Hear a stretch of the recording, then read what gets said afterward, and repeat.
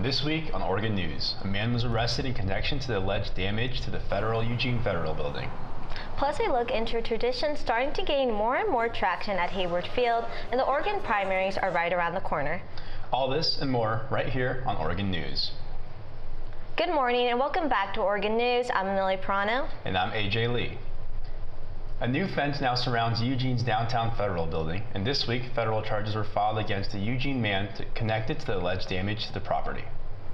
The General Services Administration and Department of Homeland Security erected the barrier last week, citing safety and security concerns dating back to January 30th, when what began as a large demonstration turned into what Eugene police and federal officials called a riot.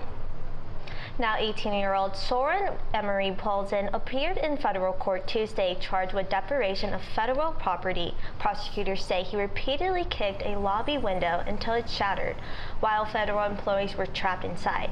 U.S. authority Scott Branford called it, quote, a riot, not a lawful protest. Paulsen was released pending further court proceedings. Investigators say at least 2 other suspects remain wanted in connection with the January incident.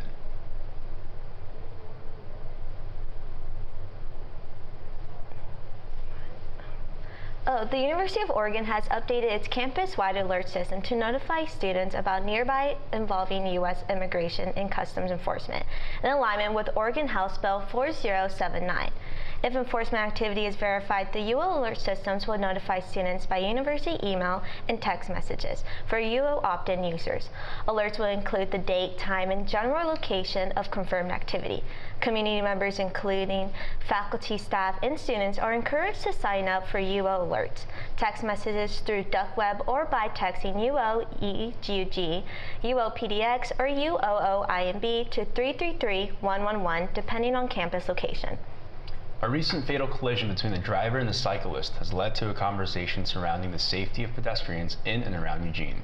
Reporter Quinn Huber has the details. On Saturday, May 2nd, 61-year-old David Morris was struck and killed by an oncoming vehicle while on his bike.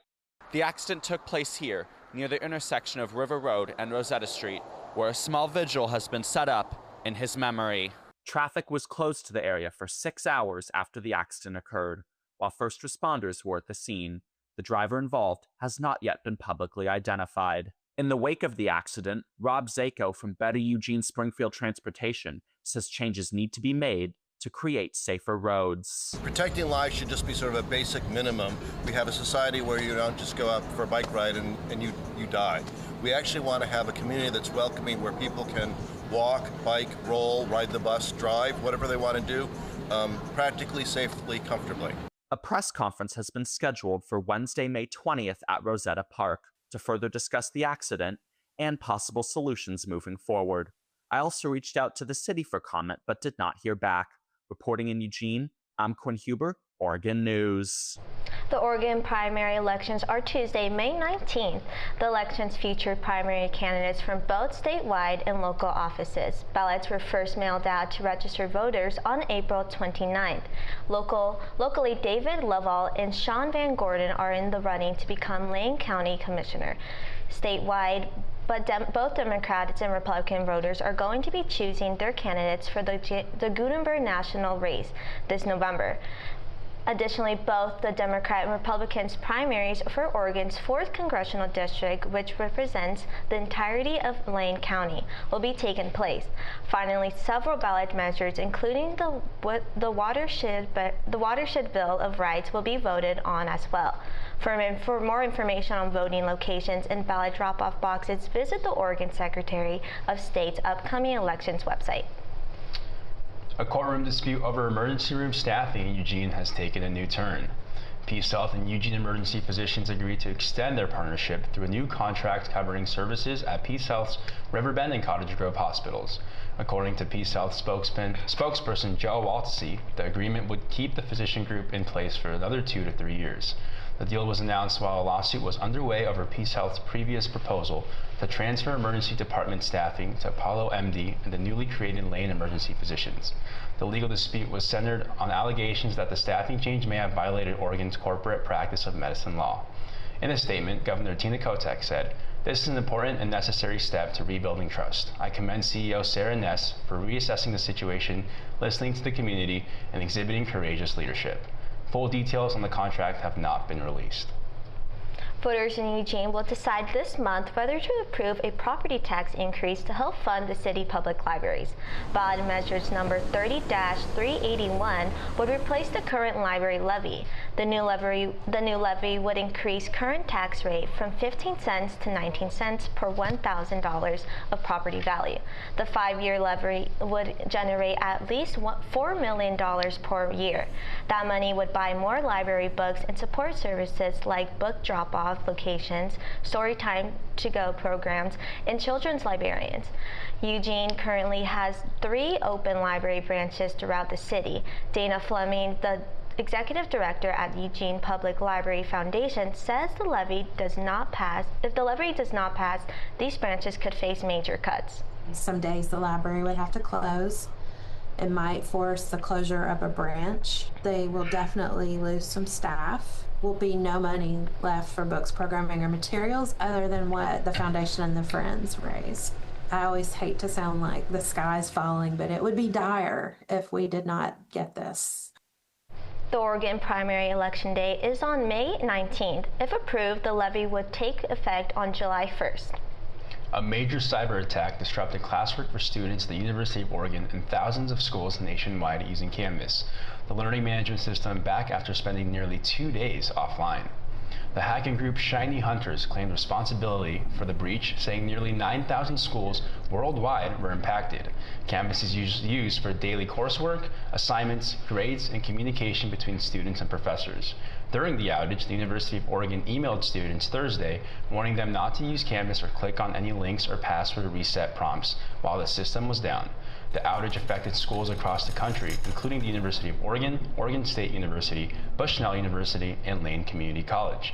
University of Oregon officials say the system was restored by 4 p.m. Friday, with many professors extending deadlines to help students catch up.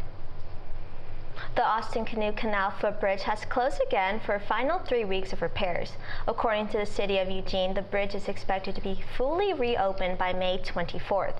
After being open for the spring game and marathon weekend, the footbridge is being resurfaced and will also receive a new structural beam. The project is being part of the University of Oregon's ongoing athletics practices facility upgrades. Those upgrades include more football parking. A Lot A is also under renovation and is expected to be finished by August 2026. The hantavirus outbreak linked to a cruise ship off the coast of Spain has finally docked, and U.S. passengers are arriving in Nebraska for treatment. More on what that can mean for the future coming up after our short break.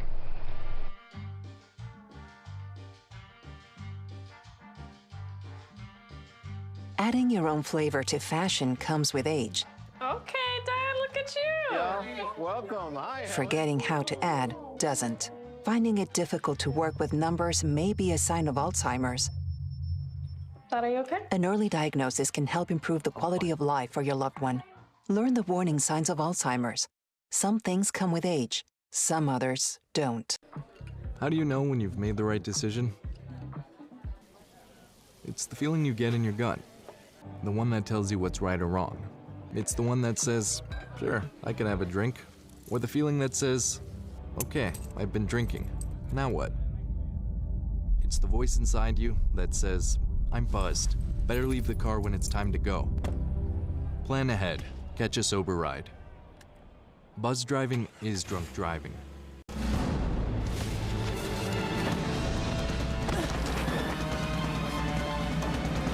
Even the mighty might not see it coming. It's prediabetes, and it captures 1 in 3 adults. But you can escape.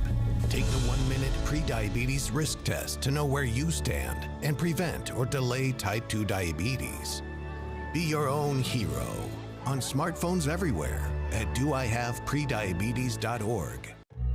Everyone has a ritual, that small thing that keeps us focused. A habit we never skip to clear our minds and elevate our performance. But what do you do to keep your head in the game? To drown out that self-doubt and support your mental health. Because being your best isn't just about taking care of your body. It's about taking care of your mind and your mental health. Discover the resources that you need to keep your mind focused and your mental health a priority. Welcome back to Oregon News. Welcome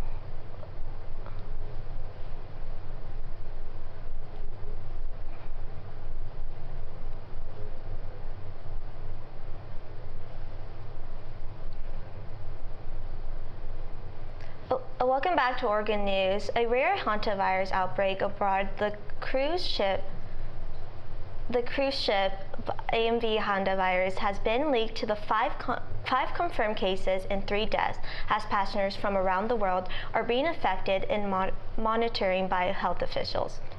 The ship arrived Sunday in Tenerife, Spain, in the Canary Islands, where 94 passengers from 19 countries began disembarking as part of the coordinated international response. U.S. passengers are now being taken to the University of Nebraska Medical Center for monitoring, while the ship will continue to the Netherlands for disinfection after remaining crew members leave the vessel. The MD Hondas was carrying 147 people, including 88 passengers and 51 crew members, when the outbreak was detected. Investigators believe the exposure is likely to occur before the cruise during the travel in Argentina, where the ND strain of virus is known to circulate. According to the CDC, hantavirus spreads throughout contact with infected rodent dropping, urine, or saliva, or by breathing in contaminated particles. The World Health Organization says the risk to the general public remains low. For more information on hantavirus, visit the World Health Organization's website. The Whitaker community unexpectedly saw a popular restaurant close last week, which has a long-lasting effect on its staff. Russell Tabor has the story. Izakaya Meiji has been a Eugene staple for the last 16 years. But last Thursday, just 3 hours before employees were expected to come in for their shifts, the owner announced on social media that they will be permanently closing, with no warning and no severance for the staff left behind. Former employees of Meiji, Trudy Anderson, Mud Drew, and Liam Wood, shared with Oregon News how they found out about the closure. Then, yeah, it was just basically individual messages, like the day of, with no warning. It kind of just came out of the blue. Yeah, I was supposed to be working that day, and like a few hours from then. It was very spur of the moment. I don't think anybody that worked there, even anybody in management, had any idea that this was going to happen. According to Anderson, Drew, and Wood, Meiji made several changes in the weeks leading up to the closure. Shifts rescheduled, the tip pool restructured, and the kitchen overhauled. The restaurant was also in talks with potential buyers. Now, with no severance and the owner citing a lack of funds, many former employees are left scrambling. While an anonymous donor has contributed $5,000 to help the staff, Anderson, Drew, and Wood say what they really want is a proper send-off for a restaurant that meant so much to them. People would pop out. They would. They have in the past. This is not the first time that this has happened to this restaurant, and every time it has, and people got the notice, they showed up because they cared. Meiji owner Quinn Brown did not respond to request to comment. Russell Tabor, Oregon News. Ted Turner, the media executive who founded CNN, has died at the age of 87. Turner Enterprise says he passed away Wednesday, surrounded by his family. Turner began his career in the advertising business, taking over his father's billboard company in his early 20s, and later started building into a media enterprise that would span the television, sports, and entertainment. Over the years, he expanded his media holdings to include TBS, TNT, and Cartoon Network. He also owned the Atlanta Braves and Atlanta Hawks, becoming a major figure in the growth of cable television and sports broadcasting. In addition to his works in media, Turner was also involved in philanthropy and conservation efforts. He founded the United Nations Foundation and supported environmental projects, including efforts to restore bison populations in part of the western United States. Reflecting on CNN, Turner called it the greatest achievement of his life. Turner is survived by his 5 children, 14 grandchildren, and 2 great-grandchildren. Coming up next, we have weather anchor Ashley Davidson will give us a look at the best weather this week and the best times to hit up some of your favorite spring spots. We'll be right back. For decades, I've taught you everything I know.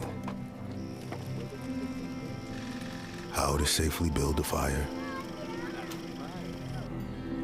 and how to control the flames. But I can only teach wildfire prevention. Only you can prevent wildfires.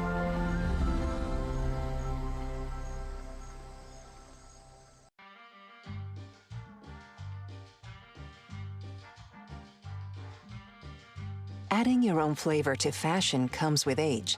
Okay, Dad, look at you. Yeah, welcome. Hi. Forgetting how to add doesn't. Finding it difficult to work with numbers may be a sign of Alzheimer's. Dad, are you okay? An early diagnosis can help improve the quality of life for your loved one. Learn the warning signs of Alzheimer's. Some things come with age, some others don't.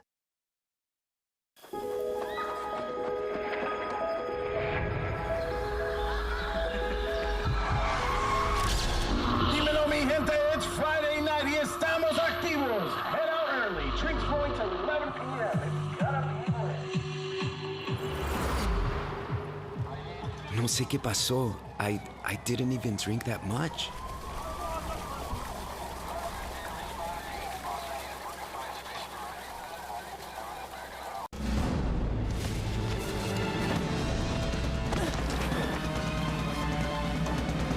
Even the mighty might not see it coming.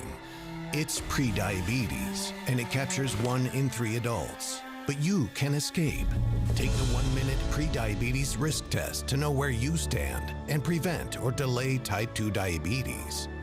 Be your own hero on smartphones everywhere at doihaveprediabetes.org. Good morning, happy Monday, and welcome back to Oregon News. I'm Ashley Davidson bringing you this week's weather. Now, this is Enzo, one very happy golden doodle who loves his daily walks and is set to have a nice one today given today's conditions. This morning we'll have slightly cooler temperatures looking at about 55 degrees. Some pretty good dog walking weather. However, if you want to wait until a little later in the day today, it's set to see some beautiful dog walking weather as temperatures are set for this afternoon to be about 73 degrees. Now, that's some weather your pup will think is absolutely perfect. See what I did there?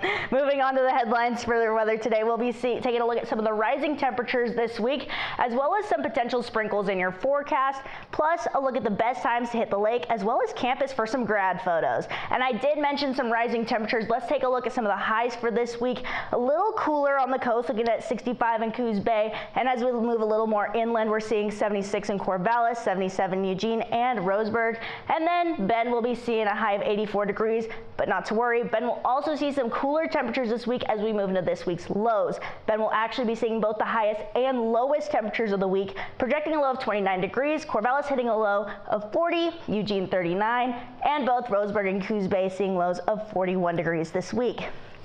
And taking a look locally, Eugene is looking at some temperatures all over the board, but we're no stranger to that sort of weather. Today and tomorrow are set to see some warmer temperatures in the mid to high 70s, but come Wednesday, there is a 75% chance of rain in the forecast, with highs and lows in the 50s, but be sure to bring out those rain jackets, but then put them away for the rest of the week because we're looking at some pretty sunny skies with highs in the mid-high 50s, 60s range. And now taking a deeper dive into Dexter, I know many of you have been hitting that spot for the spring, and we're taking a look at some of the best times to be there. Today and tomorrow are some fabulous options with temperatures being a little higher than Eugene at 75 and 74. However, you may want to steer clear on Wednesday as Lowell area is also set to get some rain, and some things pick up on Thursday with a high of 67. Then the weekend we'll see some clouds, and highs will be at 60 degrees on Friday and Saturday and 65 on Sunday. And if you're looking to get that nice tan on, the UV is averaging at 6 for this week, just in time for those U of O seniors to get those perfect tans for grad photos. Just make sure to bring some sunscreen because we would hate to see some sunburns on Grandma's mantle. And with that forecast in mind, in the late this week will be your best chances for some sunshine and for those nice golden hour photos to try and snap those smiles just before sunset, which is projected around 8:30 p.m. every day this week. Mid-afternoons and evenings will be great weather for them also, looking at mid-70s temperatures. And luckily for those seniors, you shouldn't have to have many windy tassels flying around, as the wind should be staying around 5 to 10 miles per hour this week. And taking one last look at this weather, National temperatures are rising with some cooler temperatures a little more north of the Pacific Northwest, looking at the Washington area, much higher in the 80s, 90s range towards the Midwest, and even Arizona seeing the highest temperatures of 110 this week. But over towards the East Coast will be much cooler temperatures, with New York and Maine seeing lows of 52 degrees. Up next, Oregon baseball, softball, and track and field all making headlines. The Ducks continue their strong spring season run. Stay tuned for more on Oregon News.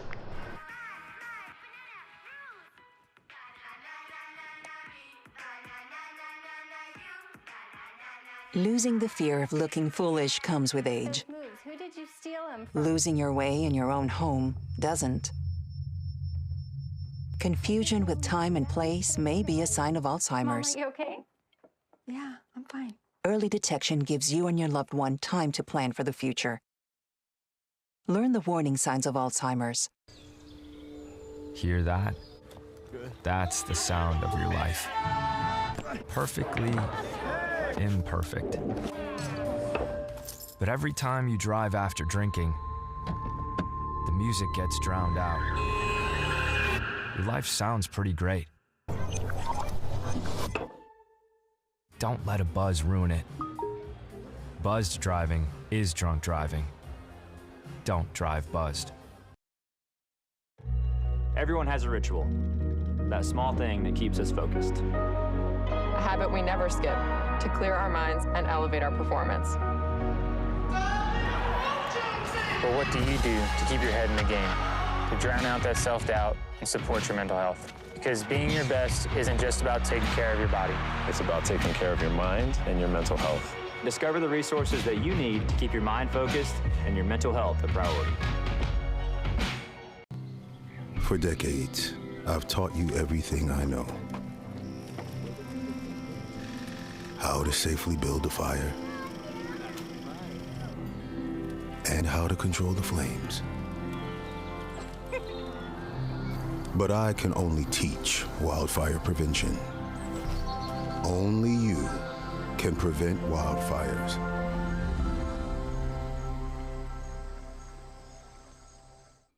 Welcome back to Oregon News. I'm McKenna Rowland here to give you the rundown on all the big moments across the board for Oregon sports this weekend. From Big Ten battles to record-setting races, the Ducks delivered all weekend long.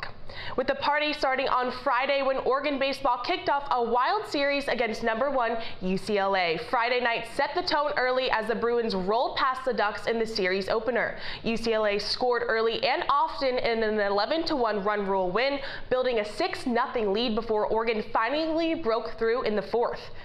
But the Ducks responded Saturday night with one of their biggest wins of the season. After falling behind 4-0 in the first inning, Oregon answered right back thanks to an RBI double from Gabe Miranda and a game-tying 2-run homer.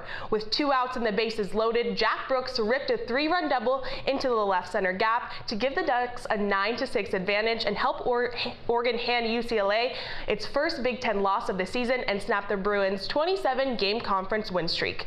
Brooks says this culture created by head coach Mark Wazakowski is what prepares the team for big moments like these.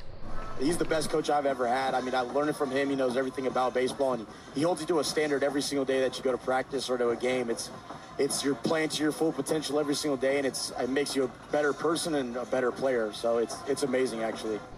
But Sunday's rubber match went back UCLA's way. The Bruins erased a 5-run deficit with a late grand slam in the 8th to take the series finale 9-6.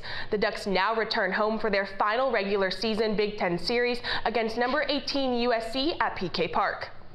But the road to the postseason runs through just one more diamond in Eugene this month. For the second straight season, Oregon softball is bringing the NCAA tournament action back to Jane Sanders Stadium after earning the number 14 national seed. The Ducks enter the postseason at 40-12 overall, finishing tied for the second in the Big Ten, and they're looking to build off last year's Women's College World Series run. Oregon already has momentum against its first opponent, taking down the Big Sky champion Idaho State earlier this season in extra innings. With a super regional spot on the line, the Eugene Regional gets underway Friday afternoon before the Ducks take center stage Friday night against Idaho State at 7 p.m. on ESPNU. It's not every day you see a club team taking down Division I programs and climbing the rankings out west, but Oregon Club Rowing is proving they belong amongst the best. Reporter Devlin Christensen has a scoop. Here at Lowell State Park on the Dexter Reservoir, Oregon Club Rowing is wrapping up their final days of practice before sending their Core 4 out for one last race together in Knoxville, Tennessee. With the recent success the four-man varsity boat is having, it's important to realize that this has not always been the story of Oregon rowing. I remember being told, we don't win. We don't win on this team. I mean, I'd say we went from being complacent to being competitive. The growth of the program showed up the most when just a few short weeks ago, this four-man varsity boat won the Western Intercollegiate Rowing Association Championships over multiple D1 programs, and now ready to finish off their last race together. I think what we have is just so special and so unique, and we're all very different people, but it combines really well. We've just built a very strong connection that I know each of those guys more than probably anybody else. After 3 years in the same boat, this team has one final race left together, leaving tomorrow for the Accra National Championship Regatta on the 15th through 17th. Reporting for Oregon News, I'm Devlin Christensen. And the Oregon track and field team closed out their regular season in dominant fashion Friday night, racking up 11 event wins at the Oregon Twilight. But it was Simeon Birnbaum who once again stole the show at Hayward Field. The sophomore distance star led a 1-2-3 Oregon sweep in the Wade Bell 800 meters, crossing the finish line in a meet record 144.67, a personal best and the fourth fastest outdoor time in program history. Birnbaum's performance comes just weeks after he broke the collegiate record in the 1500 meters during his last home appearance at the Oregon Team Invite. Fellow Ducks Bodie Lutz and James Harding put on a show in the 800, with all three Oregon times now ranking inside the top 15 in the NCAA this season. Birnbaum and the Ducks now shift their focus to the Big Ten Championships next week in Lincoln, Nebraska, before returning to Hayward Field for the NCAA Championships in June. That wasn't the only history made at Hayward Field this weekend. A new tradition for U of O students is gaining traction year after year during the Oregon Twilight. More on that coming up after our short break. There's nothing like celebrating a big play. But now, we're celebrating something bigger than sports. Love, your mind.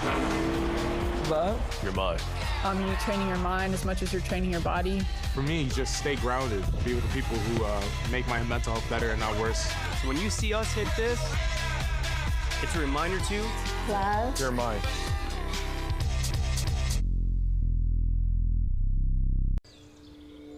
Hear that? That's the sound of your life. Perfectly imperfect. But every time you drive after drinking, the music gets drowned out. Your life sounds pretty great. Don't let a buzz ruin it. Buzzed driving is drunk driving. Don't drive buzzed.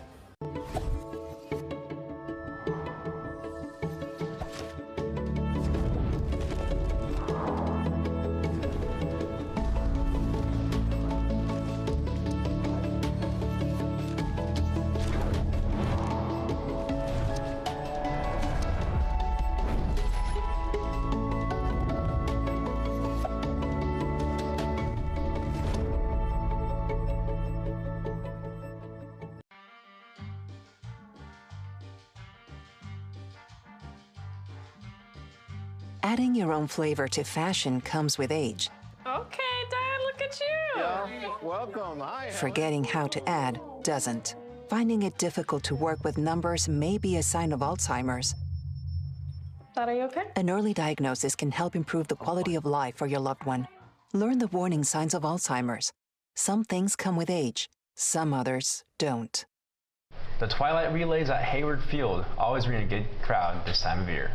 One big draw of the event is the annual costume race that gives students a chance to dress up and show out. With Division I athletes taking center stage throughout track season, the costume race at Hayward gives students a unique opportunity. The race is put on by the Linguistics College of Business, where group parties and themed costumes get the chance to run Tracktown's most premier venue. AJ, what costume would you rock out there? You know, I don't know. I might just rock my anchor costume. I got a nice suit, a little white shirt, and a nice pink tie. How about you? You know what? I think I would do something funny. I think I'll do like an LRD costume, like grandma style. Well, that's gonna do it for us here on Oregon News. Thank you so much for tuning in. And we'll see you next week.